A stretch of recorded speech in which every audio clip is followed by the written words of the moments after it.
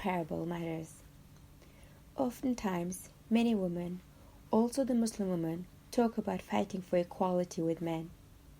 Equality in leadership, equality in pay, equality in society, and equality in communities.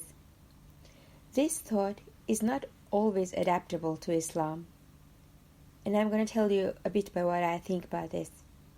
In Islam, men and women have different rights and different duties, and men and women are incomparable because of the differences.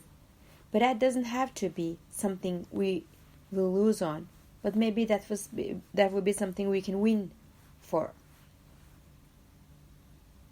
Incomparable differences. In every hospital, there are doctors and nurses. Although both are needed for the treatment of the patients, they both have different responsibilities in their work.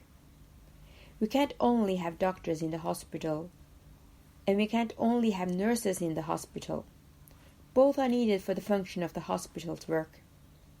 In an operation of a patient, we can easily see that the doctor has more responsibility of the well-being for the patient than the nurses. But both are needed for the patient's operations.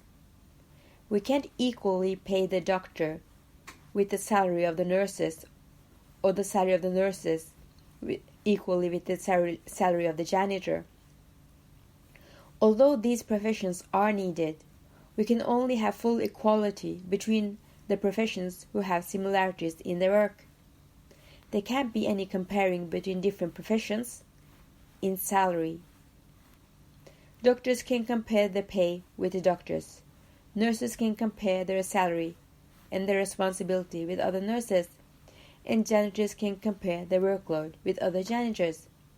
That's why many skilled workers join union movements to fight for the rights of their profession and their equality within their profession.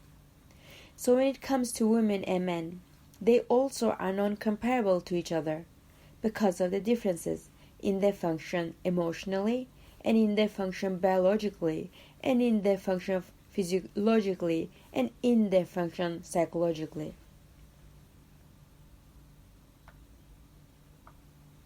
The empathy and sensitivity of a policewoman. There is a reason why there are more men in some professions than women, and vice versa.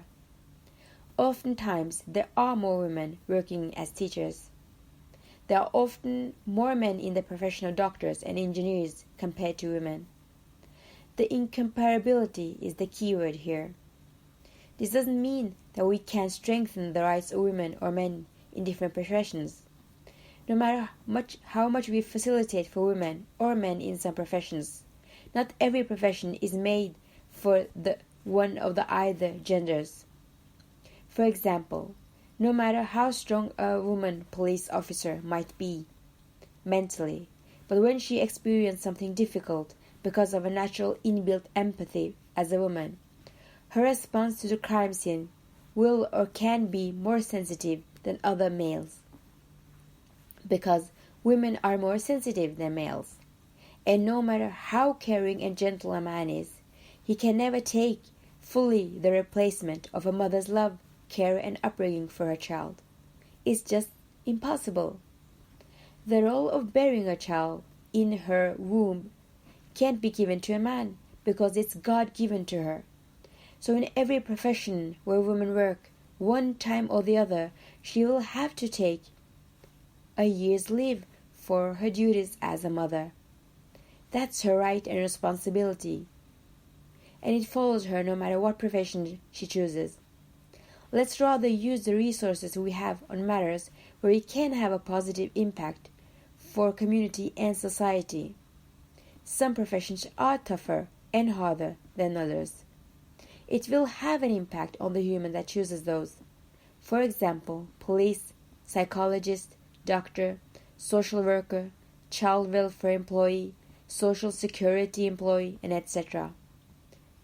We must think further on than this. Always have to have the same right in every profession and think that, alright, we're different, but we can find ways to help each other have the same worth and same respect in the professions we do choose.